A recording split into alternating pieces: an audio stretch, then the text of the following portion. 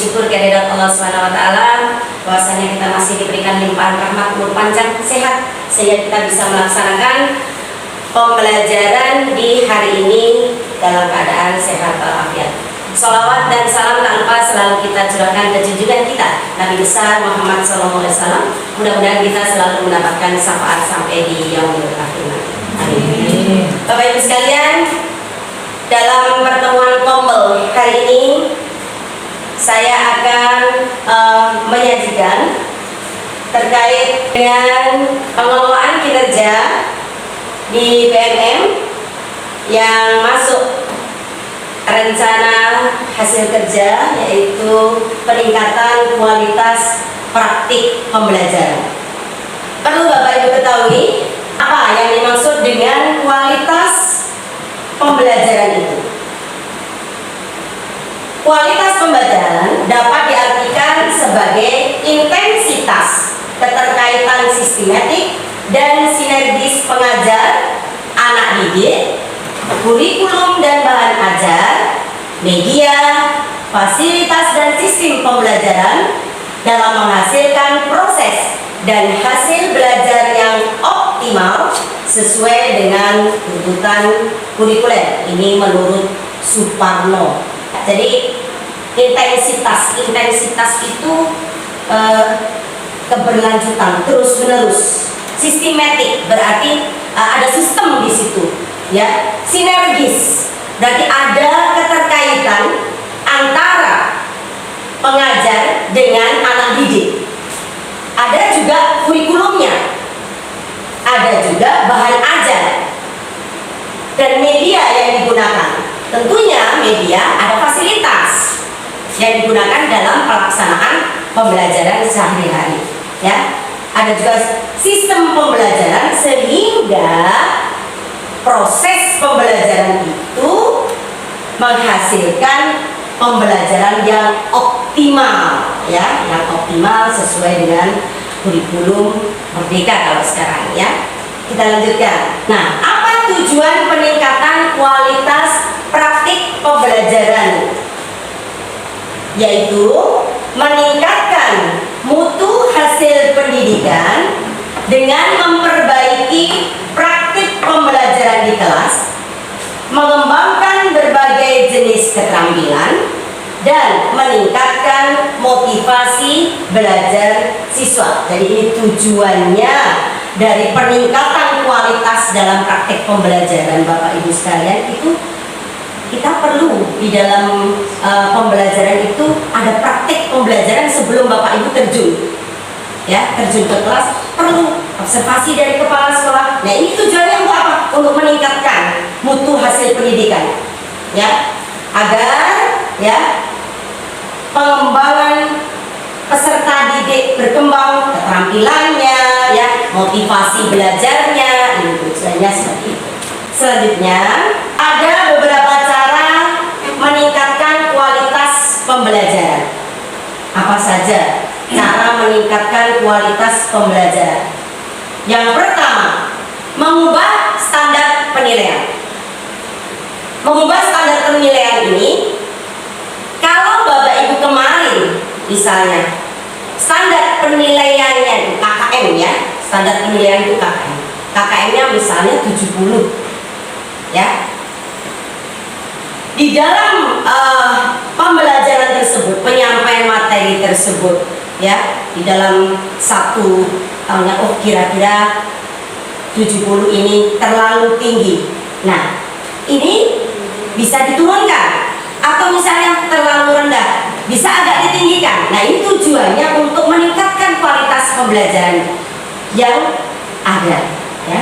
Kemudian yang kedua, yaitu transformasi kepemimpinan sekolah. Maksudnya transformasi, siapa yang jadi kepala sekolah di situ mentransformasikan ilmu yang dipunyai, ya, untuk bisanya Bapak Ibu terapkan di dalam pembelajaran, ya, agar pembelajarannya itu maksimal, ya. Seperti halnya dulu kita di sini belum pernah mengadakan pembelajaran di luar, ya. Kita coba pada saat saya memberikan statement gimana kalau anak-anak tidak belajar di sini saja, tapi pembelajaran di luar. Nah, ini namanya transformasi kepemimpinan sekolah. Ya. Kemudian transformasi pengajaran. Transformasi pengajaran juga demikian. Pengajarannya itu menjadi tidak monoton, ya, tidak monoton. Semisal habis kelas terus, ya, pengajaran itu di kelas terus, ini tidak akan meningkat kualitas pembelajaran. Oh, saya bawa keluar, di luar lapangan, ya, transformasi pengajaran. Jadi tidak mesti harus di dalam kelas, di luar kelas bisa, ya, di halaman, di teras bisa, ya, ditransformin, ya, pengajaran. Kemudian yang keempat, kemitraan dengan daerah dan organisasi. Ini penting, ya, bahwasanya sekolah untuk meningkatkan kualitas pembelajaran sama seperti yang pernah kita lakukan pada saat anak-anak menerima pembelajaran tentang tanggap bencana. Nah, kita kan punya kemitraan gitu dengan dinas sosial, dengan damkar, dengan PMI, ya. Kemudian daerah, kita juga kerjasama dengan kelurahan. Pada saat itu kita lakukan untuk membongkar gang, besi yang ada di depan dan memotong palem-palem yang besar agar mobil damkar bisa masuk. Itu perlu kemitraan. Jadi sekolah memang perlu ada kemitraan baik daerah maupun organisasi yang ada, ya. Selanjutnya yaitu pendidikan profesi guru. Nah, ini pasti untuk meningkatkan kualitas pembelajaran, guru harus meningkatkan profesinya. Kalau sekarang guru harus ikut ikut PPG, ya. Selanjutnya, beberapa cara meningkatkan kualitas guru juga ini bisa dilakukan. Satu, peningkatan kualifikasi pendidikan. Kalau dulu guru cukup lulusan SPD, di era tahun dengan kurikulum yang baru, menteri yang baru, kualifikasi pendidikan ingin ditingkatkan. Guru harus lulusan PGSD. Saya ini lulusan PGSD pertama, ya, pertama. Dulu tidak ada S1 PGSD, hanya ada D2. Ditingkatkan lagi, oh D2 sekarang kurang, ditambah lagi. Makanya Bapak Ibu minimal harus PGSD S1 baru diakui. Ini tujuannya apa? Untuk meningkatkan kualitas guru, ya. Yang kedua, mentoring dan kolaborasi. Pasti untuk meningkatkan kualitas pendidikan perlu adanya mentor. Seperti saya mengobservasi Bapak Ibu sekalian di kelas-kelas terkait dengan pembelajaran tentang karakter anak. Nah, ini tujuannya untuk meningkatkan kualitas guru juga. Kemudian Bapak Ibu guru perlu adanya kolaborasi antar teman sejawat, ya, saling mengisi. Ada kemampuan begini, saling mengisi antar teman, sehingga bisa meningkatkan, ya, kualitas pembelajaran. Selanjutnya, evaluasi kinerja yang konstruktif, seperti halnya pengelolaan kinerja sekarang ini, ya, ini selalu dilakukan evaluasi kinerjanya Bapak Ibu guru, ya. Setiap, kalau dulu per semester, kalau dulu, ya, ya, dulu per tahun pernah, ya, kemudian per semester, ya, ini, kemudian per 3 bulan, ya, per 3 bulanan. Nah, ini tujuannya apa? Yaitu meningkatkan kualitas guru. Jadi kinerja ini terus menerus ada, ya, agar kualitas kita sebagai guru itu tinggi. Tujuannya agar anak-anak ini menjadi penerus bangsa, juga mempunyai kualitas yang luar biasa. Yang keempat, pemanfaatan teknologi pendidikan pasti, ya. Dengan adanya era kurikulum merdeka sekarang ini dibutuhkan pemanfaatan teknologi pendidikan. Seperti halnya yang kita lakukan ini, ya.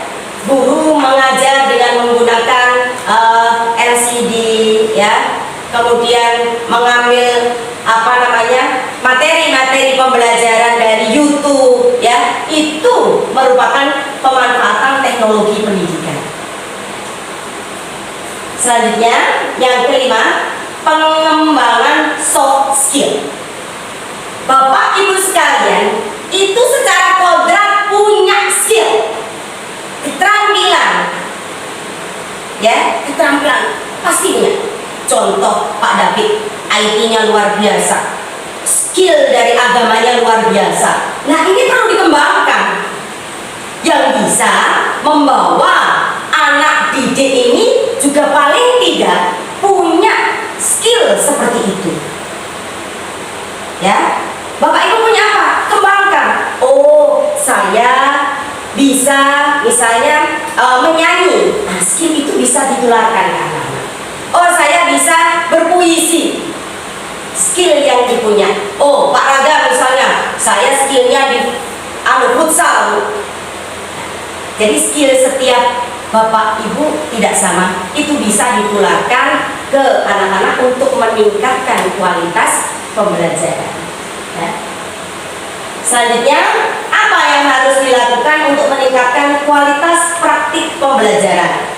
Yang pertama, melakukan penelitian tindakan kelas secara rutin. Apa sih maksudnya ini? Melakukan penelitian tindakan kelas.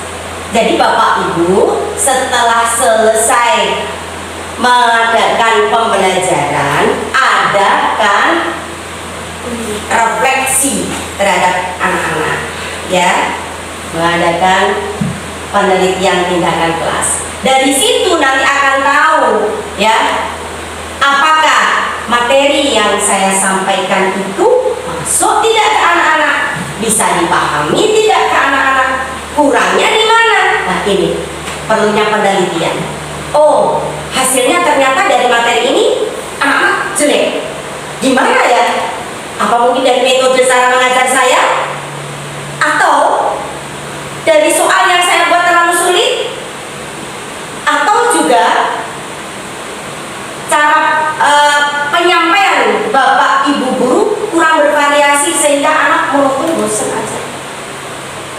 Diadakan penelitian sehingga kualitas pembelajaran itu bisa meningkat. Yang kedua, mengikuti pelatihan dan pengembangan diri. Alhamdulillah, Bapak Ibu semuanya di sini sudah melaksanakan pelatihan dan pengembangan diri minimal di sekolah. Di sekolah kita itu sudah ada kombel, ya. Kita alhamdulillah setiap minggu sudah selalu mengadakan kombel, ya, dengan materi-materi yang berbeda, sharing kepada yang lain bagaimana atau apa permasalahan-permasalahan yang Bapak Ibu alami dalam pelaksanaan pembelajaran, ya. Kemudian ikut pelatihan juga di luar, ya, pelatihan juga di luar, ikut KKG. Nah, kebetulan di sini KKG di Gugus 05 sangat berjalan, ya, punya kombel, ya, kemudian ikut pelatihan tujuannya untuk mengembangkan diri sehingga kualitas pembelajaran itu juga akan lebih meningkat, ya. Kemudian yang ketiga, menetapkan tujuan dan target kinerja yang jelas, ya. Apa sih tujuan dari praktek pembelajaran ini? Harus jelas. Targetnya apa sih target? Ya, target kita tuh harus tahu. Misalnya dalam pembelajarannya matematika, gasing, penjumlahan, misalnya kita harus tahu target kita sudah tahu, tujuannya kita harus ada yang jelas. Tujuan untuk anak-anak dari pembelajaran penjumlahan ini apa, ya, sehingga kita tahu apakah pembelajaran yang diberikan itu bisa dipahami oleh anak didik. Ya. Selanjutnya melakukan refleksi dan evaluasi diri secara berkala. Ini ada keterkaitan dengan yang pertama, melakukan PTK, penelitian tindakan kelas. Nah, ini melakukan refleksi. Selalu setiap hari Bapak Ibu lakukan refleksi. Lakukan refleksi. Nah, saya selalu mengingatkan seperti itu. Oh, hari ini anak-anakku terlalu panik, kenapa ya? Perlu direfleksi. Kenapa ya? Apa saya itu hanya mengajar di depan saja tanpa memperhatikan yang satu. Perlu direfleksi ulang. Apa-apa saja kekurangan di dalam diri kita dalam pembelajaran pada hari itu. Dan inilah Bapak Ibu Guru, akhir dari diskusi kita pada siang hari ini. Mungkin ada pertanyaan yang perlu disampaikan, monggo. Ayo, siapa yang mau bertanya? Ya, silakan Pak David. Untuk yang tadi Bu, yang tadi itu disebutkan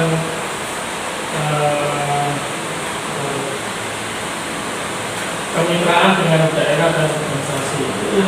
Ini keterkaitannya dengan sekolah atau kita sebagai guru wali kelas atau gimana Bu?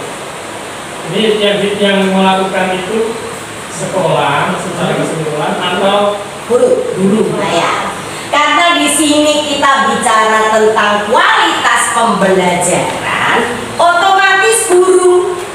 Ya, otomatis guru. Contoh, Bapak Ibu mau mengadakan pembelajaran agar anak itu kenal bagaimana cara membuat kerupuk.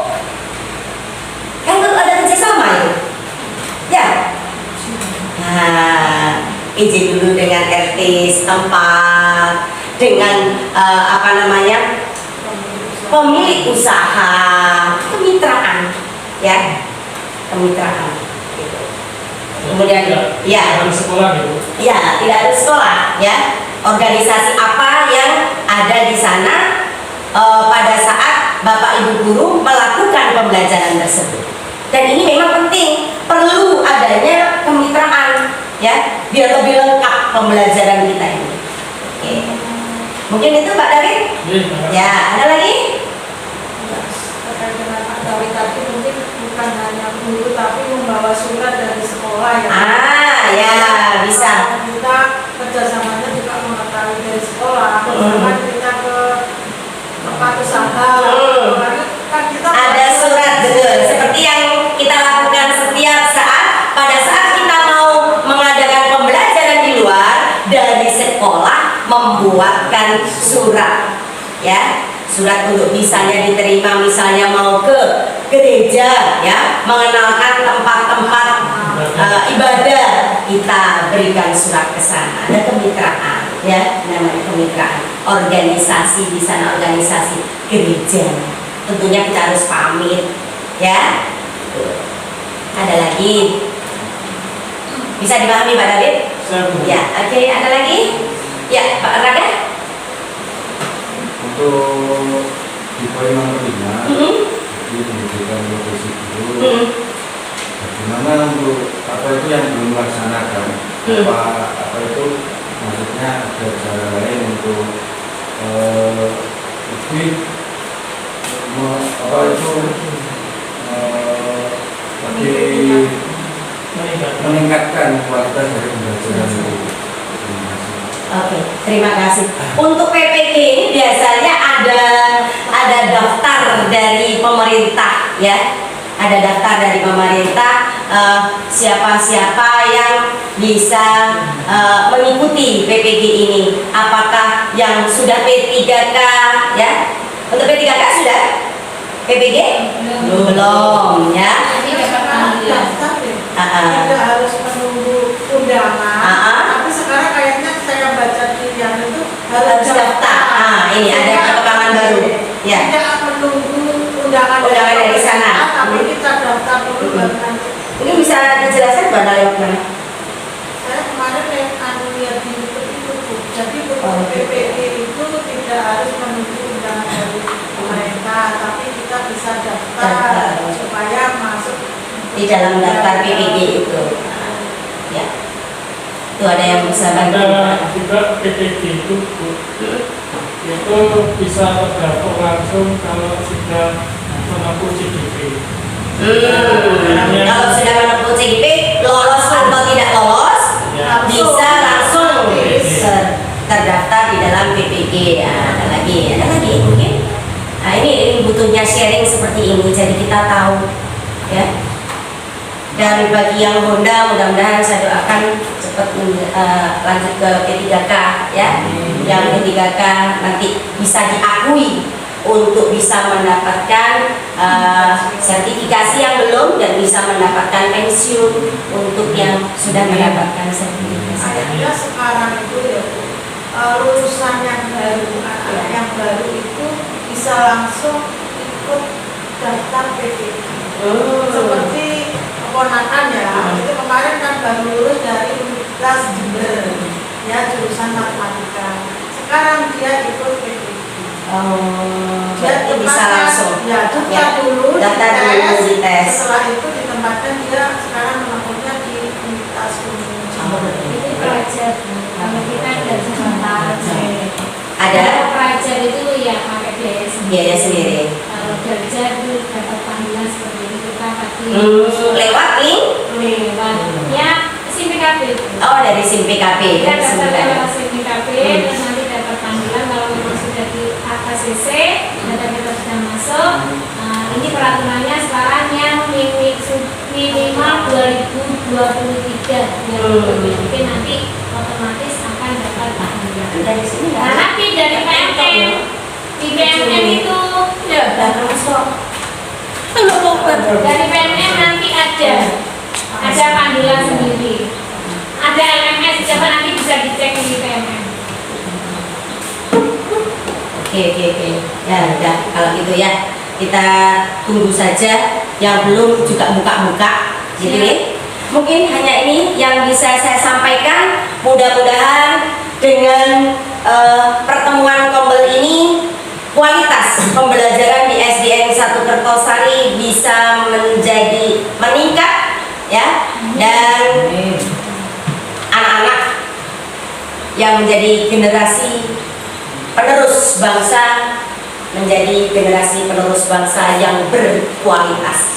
Demikian Bapak Ibu sekalian, saya akhiri. Wabillahi taufik wal hidayah. Assalamualaikum warahmatullahi wabarakatuh. Waalaikumsalam